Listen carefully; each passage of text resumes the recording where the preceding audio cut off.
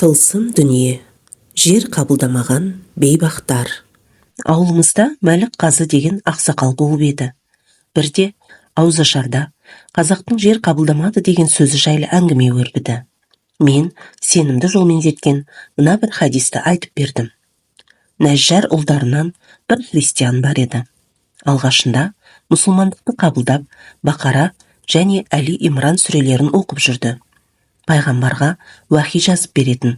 Сол кісі кейіннен қайтадан христиандыққа қайтып, Мұхаммед ештеңе білмейді, тек менің жазып бергендерімді ғана біледі деген сөзді тарата бастайды.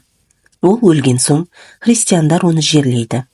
Алайда жұрт ертеңінде оның денесін қабірдің сыртқа шығарып тастағанын көреді. Сонда христиандар бұл Мұхаммед пен сахабаларының ісі.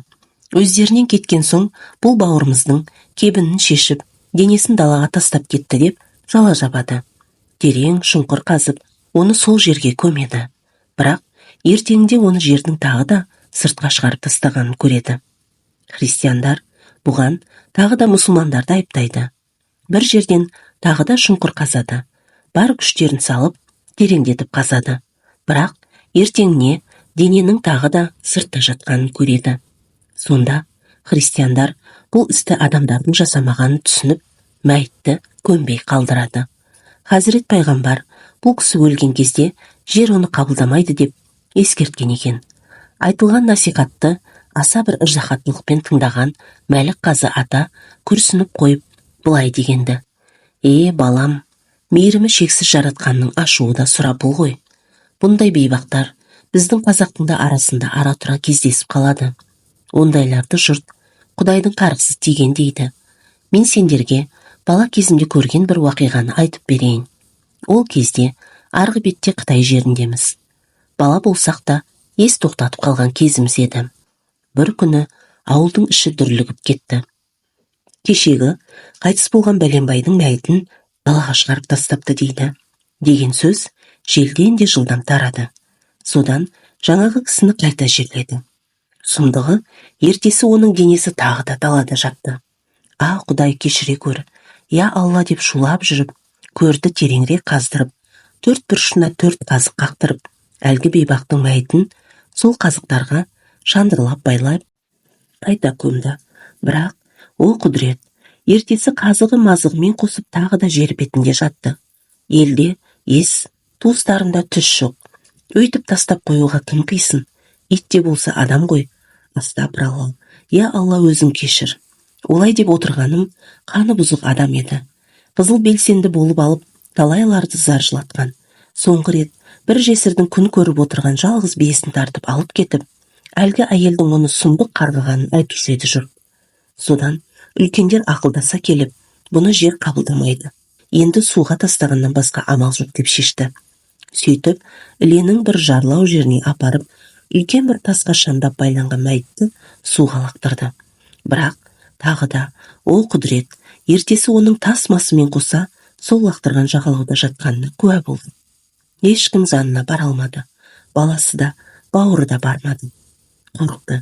Сірә ақсақалдар, енді жоласақ бұның бәлесі бізге де тиеді деген-ау. Ақыры сол жерде ит құсқа жем болып, іріп-шіріп жоғалды. Шектен шығуға болмайды ғой, Алла сақтасын. Осы әңгімені бажама айтып бердім. Бірде басын шайқап қойып, жүзі күреңте түсіп, бұндай жағдай біздің жақта да болған деп бастады әңгімесін. Үлкендерден естігем. Жаңа сен айтқандай ырым-сырымын жасап, 3 мәрте жерлесе де жер қабылдамай, мәйітті сыртқа шығарып тастапты. Ауылдың молдасы бұл жерде Алла тағаланың үлкен ескертуі бар. Ренжімеңіздер, енді бара алмаймын деп бас тартқан соң, енді не істейміз? Мұндай жағдайда не істеу керек деп жан ұшырған туыстары жөн білетін адамды іздеп кетті. Ақыры көрші ауданнан діни сауаты бар, көрген көп бір ақсақалды тауып алып келіпті. Әрине, онсыз да құлағы түрік, жүрген жұрт ол кісінің келгенін естіген соң тұтас жиналыпты. Сонда жаңағы қария айтты дейді. Бауырларым, балаларым, өздерің білесіңдер, қайтқан адамның сыртынан жаман сөз айтуға болмайды. Пайғамбарымыз, оған Алланың игілігімен сәлем болсын, тыйым салған. Алайда, осындай жағдайда бұл адамның істеген күнәсін білетін адам айтуы керек. Ғибрат үшін, қайталамау үшін. Өйткені сол жаман істерінің бірі немесе бәрінің жиынтығы бұл бейбақты осындай күйге түсіріп отыр. Ал айтыңыздар. Басында үндемей тұрғандармен біраздан соң үлкен кісілер бастап, басқа да куә болғандар қоштап, әлгі кісінің қате, күнәлары ортаға салыныпты. Біреуі оның арақ шарапқа әуес болған. О заманда көбі ішті ғой, Құдай өзі кешірсін. Біреуі өсек ғайбат, боқтық сөзді сапырғанын, келесі біреуі суық жүрісті болғанын, енді біреуі кісі ақысын жегенін, біреуі Құдайға тіл тигізгенін, қысқасы бар білгендерін айтыпты. Сонда қабағы түсіп, жүзі қабарып кеткен қария: «Уа ағайын, осы айтылғандардың барлығының жаман істер екенін, бұларға шариғатымызда тыйым салынғанын білесіздер. Менің айтарым, егер өздеріңіз, жандарыңыз ашса, бұлардың бірде-бірін істемеңіздер. Өйткені бұл өмір сынақ, ал біз қонақпыз. Тұрақтайтын жеріміз не жұмақ, не тозақ. Алла сақтасын одан. Бұл бейбақтың қай ісі үшін бұндай сұмдыққа ұшырағанын білмейміз. Оны Алла біледі. Сақтасаң сақтаймын деген жаратушы иеміз. Сақтану керек, бауырларым. Сақтану керек. Өйткені бұл үлкен ескерту. Сіз бен бізге ескерту. Өмірдің ойыншық емес екенін, күнәнің апат екенін ескерту. Жалпы, қайтыс болған мұсылман баласын тазалап жуып, аққа орап, арулап көмеді.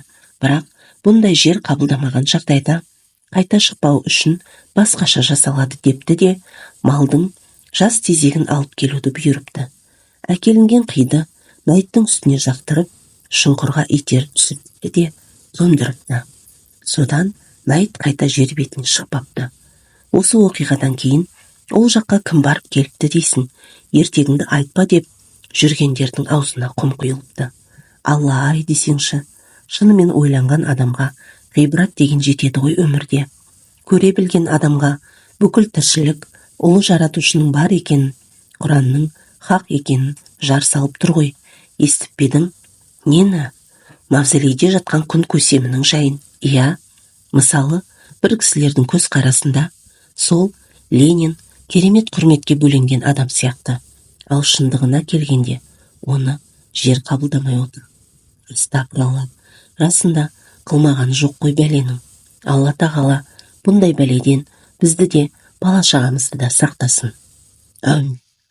Әңгіменің соңы.